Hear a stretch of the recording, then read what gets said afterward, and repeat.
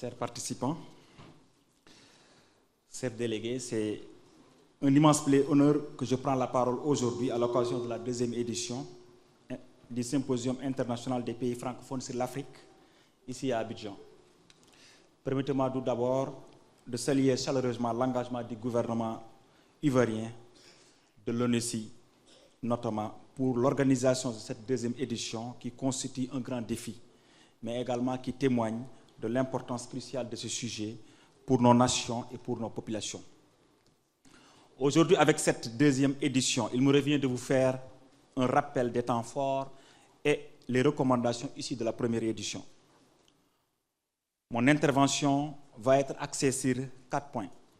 Le rappel du contexte, les objectifs de la première édition, l'animation technique qui a été faite et enfin les recommandations fortes retenues durant ce symposium. Pour rappel, du 11 au 13 décembre 2023, à Dakar, le Sénégal a organisé la première édition du Symposium international sur l'état civil en Afrique francophone avec comme thème les défis d'un état civil pour chacun. Cet événement de grande portée internationale et historique est une initiative de l'Agence nationale de l'état civil du Sénégal avec l'appui de financement de l'Union européenne, mais l'appui aussi de Civipol, une contribution significative au développement de l'état civil africain et spécifiquement au processus de modernisation amorcé par plusieurs pays de l'espace francophone. Pour réussir ce challenge, l'Agence nationale de l'état civil a invité les responsables des structures en charge de l'état civil en Afrique, les décideurs experts internationaux, les partenaires au développement, représentants de la société civile, les collectivités territoriales et divers acteurs territoriaux. Au total, plus de 20 pays d'Afrique francophone ont pris part. Cette première édition s'est tenue dans un contexte particulier. En effet, l'Afrique est l'un des continents dont l'état civil spécifiquement enregistré des faits connaît de nombreuses contraintes qui freinent son processus de modernisation. Ces contraintes sont diverses et complexes en raison de nombreux aléas climatiques et crises sécuritaires. L'ampleur varie suivant les régions, les pays, les zones et constitue la principale raison de l'exclusion de bon nombre d'enfants du système d'état civil. Au niveau mondial et africain, de bonnes initiatives ont été prises à travers l'objectif 16.9, l'objectif 17.9, que je peux faire l'économie, dont vous connaissez très bien, et l'agenda 2063 pour l'Afrique. Les conférences des ministres en charge de l'état civil tenues depuis 2010, dont les premières et deuxième éditions ont été focalisées sur une déclaration commune et un programme d'action, celle de 2015 et de 2017, plus orientée vers la promotion des systèmes d'enregistrement de masse, l'atteinte des objectifs de développement durable à l'horizon 2030 et enfin celle de 2019 et 2022 axée sur la mise en place de systèmes d'enregistrement plus innovants et le partage de bonnes pratiques enregistrées.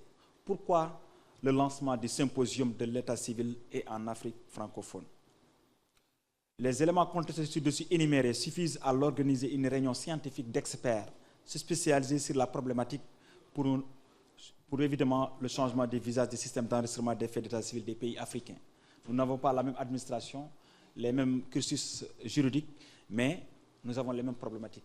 Si on règle aujourd'hui le problème d'état civil du Sénégal sans régler celui du Mali ou bien de Côte d'Ivoire, ça ne fera que déplacer les problèmes. Donc nous avons l'obligation de discuter, d'échanger pour trouver un système interopérable à l'image de l'Union européenne ou bien des États-Unis, où un Ivoirien aujourd'hui peut venir à Dakar et que le système administratif de Dakar, pour savoir ce citoyen a rempli toutes ces conditions pour se déplacer sans contrainte, malgré les barrières frontalières.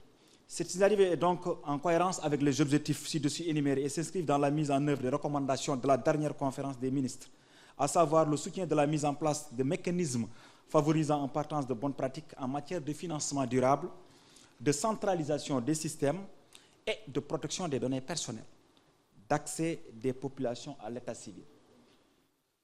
Rappel des objectifs. Cette première édition du Symposium international de l'état civil en Afrique francophone visait à créer une plateforme de partage d'expériences, de connaissances et de bonnes pratiques dans le domaine de l'état civil en Afrique francophone.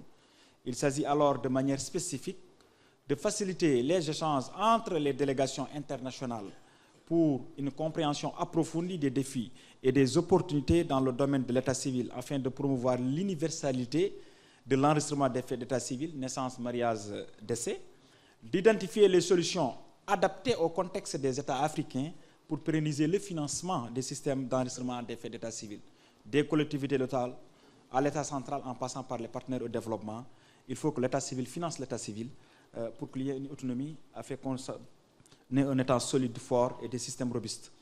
D'encourager la coopération régionale et internationale en partageant les expériences et les leçons apprises entre les délégations d'États francophones.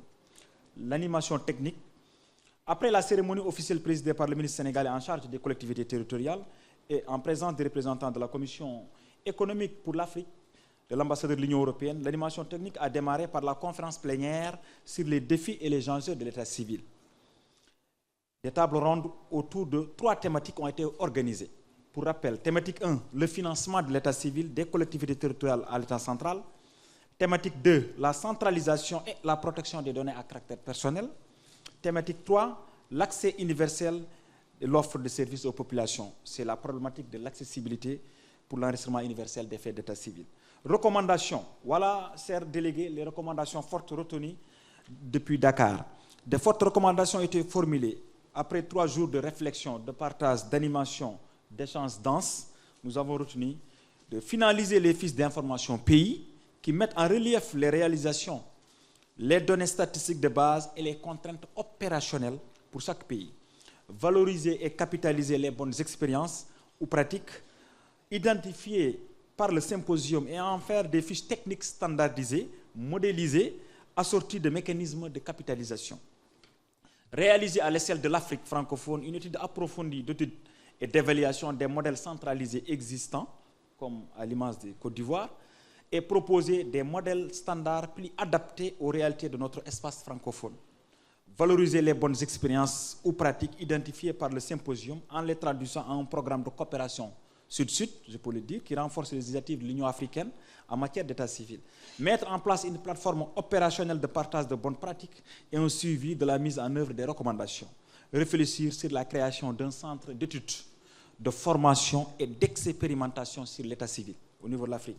Les participants ont apprécié les appuis multiformes des partenaires techniques et financiers et sollicitent leur soutien pour la mise en œuvre des recommandations formulées. Enfin, ils ont recommandé que la 2e édition se déroule ici à Abidjan.